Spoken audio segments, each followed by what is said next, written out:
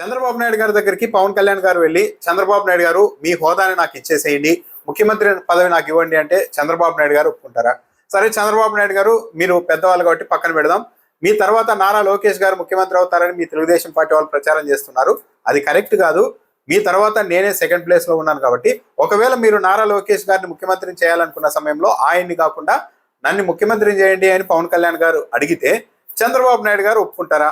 కనీసం నారా లోకేష్ గారైనా ఒప్పుకుంటారా? ఒప్పుకునే ప్రసక్తే ఉండదు. ఎందుకంటే ఇంకా తమ స్థానాలకే ఎసురు వచ్చిన తర్వాత పొత్తు గిత్తు జాంతానాయి అన్నట్టుగానే ఏ నాయకుడి వైఖరైనా ఉంటుంది.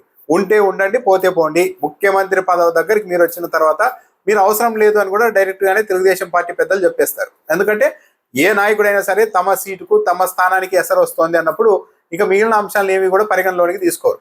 ఇప్పుడు ఇదే ప్రశ్న తెలుగుదేశం పార్టీ స్థానిక నాయకత్వం కూడా సంధిస్తోంది. చంద్రబాబు నాయుడు గారు నారా లోకేష్ గారు చెప్తే వినే పరిస్థితులు కూడా లేవు అని చెప్తూ ఉన్నారు. చంద్రబాబు నాయుడు గారికి నారా లోకేష్ గారికి వాళ్ళ స్థానాలు వాళ్ళ పదవులు ఎంత ముఖ్యమో గ్రామ స్థాయిలో, నియోజకవర్గ స్థాయిలో, మండల స్థాయిలో, జిల్లా స్థాయిలో మా పదవులు కూడా అంతే ముఖ్యం కదా.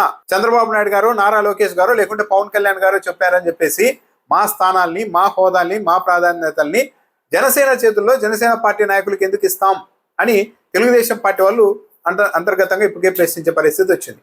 ఈ పరిస్థితి ఎందుకు వస్తుంది అంటే పవన్ కళ్యాణ్ గారితో జనసేన పార్టీకి సంబంధించిన ఎమ్మెల్యేలు, ఎంపీలంతా విజయవాడలోని ఒక హోటల్లో సమావేశమై ఆవేదన వ్యక్తం చేశారు పవన్ కళ్యాణ్ గారి దగ్గర. తెలుగుదేశం పార్టీ ఎమ్మెల్యేలు ఉన్న చోట జనసేన పార్టీ నాయకులకి కనీస ప్రాధాన్యత కూడా ఇవ్వడం లేదు, ఏమాత్రం విలువ లేకుండా పోయింది. అదే జనసేన పార్టీ ఎమ్మెల్యేలు ఉన్న చోట కూడా తెలుగుదేశం పార్టీ వాళ్ళ హవా నడిచిపోతోంది, అన్ని పనులు నడిచిపోతున్నాయి. చివరకు జనసేన పార్టీ ఎమ్మెల్యేలు ఏదైనా అభివృద్ధికి సంబంధించిన ప్రతిపాదనలు పంపిస్తే సీఎంఓలో కూడా పనులు జరగడం లేదు. ఒక తెలుగుదేశం పార్టీ ఎమ్మెల్యేలకు మాత్రమే ముఖ్యమంత్రి కార్యాలయంలో పనులు జరుగుతూ ఉన్నాయి. మాకు తీవ్ర అన్యాయం జరుగుతోంది. ఇలా అయితే ఎలా? అభివృద్ధికి సంబంధించిన నిధుల కేటాయింపు విషయంలో కూడా జనసేన పార్టీ ప్రాతినిధ్యం వహిస్తున్న చోట తక్కువగా నిధులు ఇస్తున్నారు, అదే తెలుగుదేశం పార్టీ వాళ్ళు ఉన్న చోట ఎక్కువగా తీసుకుంటున్నారు అని పవన్ కళ్యాణ్ గారి దగ్గర ఆవేదన వ్యక్తం చేశారు. జనసేన పార్టీ నాయకులు, ఎమ్మెల్యేలు ఇలా అసంతృప్తి వ్యక్తం చేశారు అన్నది జనసేన పార్టీ ఎమ్మెల్యే బొలిశెట్టి శ్రీనివాస్ కూడా మీడియా ముఖంగానే ఆయన అంగీకరించారు. పరిస్థితి ఇలా ఉంది, జనసేన పార్టీ వాళ్ళకు ఎక్కడా కూడా ప్రాధాన్యత దక్కడం లేదు అని. ఇదంతా ఏంటంటే ఫండమెంటల్ గా ఏ రాజకీయ నాయకుడైనా సరే ఇప్పుడు గ్రామ స్థాయిలో, మండల స్థాయిలో, జిల్లా స్థాయి వరకు తెలుగుదేశం పార్టీకి సంబంధించిన ఇన్ఛార్జీలు, నియోజకవర్గ ఇన్ఛార్జీలు, గ్రామ మండల స్థాయి నాయకులు ఎక్కడక్కడ ఉన్నారు. ఇప్పుడు మేము పొత్తులో ఉన్నాం కాబట్టి ఇదిగో పలానా గ్రామంలో తెలుగుదేశం పార్టీ నాయకుడు తప్పుకొని మా జనసేన పార్టీ నాయకుడికి ఆధిపత్యం ఇవ్వాలి అంటే ఆ గ్రామంలోని తెలుగుదేశం పార్టీ వాళ్ళు ఒప్పుకుంటారా? ఆ నాయకుడు ఒప్పుకుంటారా? అలాగే మండలం, నియోజకవర్గ స్థాయిలో ఎక్కడైనా కానీ ఏ నాయకుడైనా తమ స్థానాల్ని జనసేన పార్టీ వాళ్ళకి ఇచ్చేందుకు అంగీకరిస్తారా?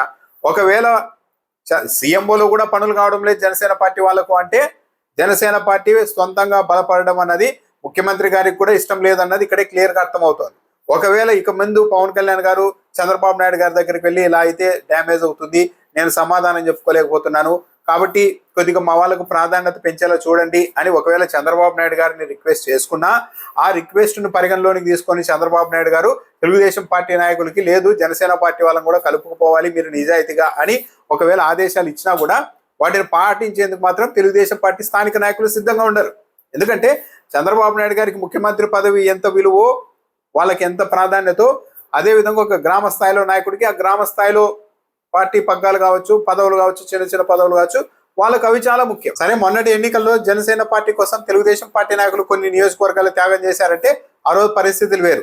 ఈసారి తెలుగుదేశం పార్టీ మళ్ళీ అధికారంలోనికి రాకుంటే శాశ్వతంగా రాజకీయ భవిష్యత్తు ఉండదేమో అన్న దాంతో పాటు చంద్రబాబు నాయుడు గారు మళ్ళీ మన ప్రభుత్వం అధికారంలోకి వచ్చిన తర్వాత మీకు ఎమ్మెల్సీలు చేస్తాం, అది చేస్తాం, ఇది చేస్తామని చెప్పడంతో పిఠాపురం నుంచి చాలా నియోజకవర్గాలు ఇలాగే త్యాగాలు చేశారు తెలుగుదేశం పార్టీ వాళ్ళు. కానీ అధికారంలోకి వచ్చిన తర్వాత వాళ్ళ పరిస్థితి ఎలా ఉందో మిగిలిన నియోజకవర్గాల్లోని తెలుగుదేశం పార్టీ నాయకులు కూడా చూస్తున్నారు.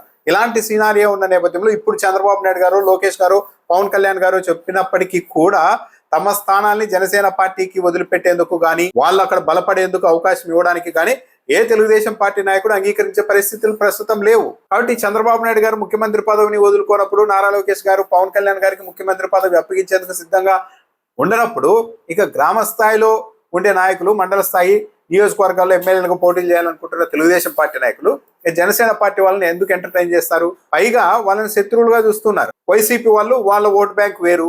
సరే, ఒక ఎన్నికల్లో మనం ఓడిపోయినా, ఒక ఎన్నికల్లో వైసీపీ గెలిచినా మళ్ళీ మనం గెలవడానికి అవకాశం ఉంటుంది అనేది తెలుగుదేశం పార్టీ వాళ్ళ ఆలోచన.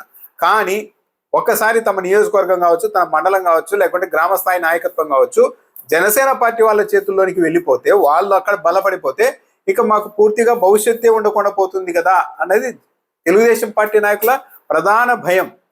దీని కారణంగానే ఎక్కడికక్కడ జనసేన పార్టీ వాళ్ళని నిర్దాక్షిణ్యంగా అణచివేస్తూ ఉన్నారు. తెలుగుదేశం పార్టీ అగ్రనాయకత్వం కూడా పరోక్షంగా దీన్ని సమర్థిస్తోంది, ఎంటర్టైన్ చేస్తోంది. ఎందుకంటే వాళ్ళకు కూడా తెలుసు జనసేన పార్టీ బలపడితే ఆ మేరకు లాస్ అయ్యేది, ఆ మేరకు సీట్లు కోల్పోయేది, పొత్తుల్లో ఎక్కువగా ఇవ్వాల్సి రావడం అన్నది ఇవన్నీ జరుగుతాయి. కాబట్టి జనసేన పార్టీ బలపడకూడదు. జనసేన పార్టీ ఎప్పటికీ కూడా మన కింద పార్టీ లాగే ఉండాలి, జస్ట్ ఒక సపోర్ట్ షూటర్ లా ఉండాలి, కానీ మెయిన్ షూటర్ లా మారకూడదు అన్నది తెలుగుదేశం పార్టీ అగ్రనాయకత్వం ఆలోచన కూడా. ఇవన్నీ దాపరికం ఏం లేవు. కాకపోతే పైకి అందరూ నటిస్తూ ఉన్నారు, మేము కలిసి ఉండాలి అనుకుంటున్నాం, మా మధ్య ఆప్యాయతలు, అనురాగాలు, అనుబంధాలు చాలా గట్టిగా ఉన్నాయని చెప్తున్నారు.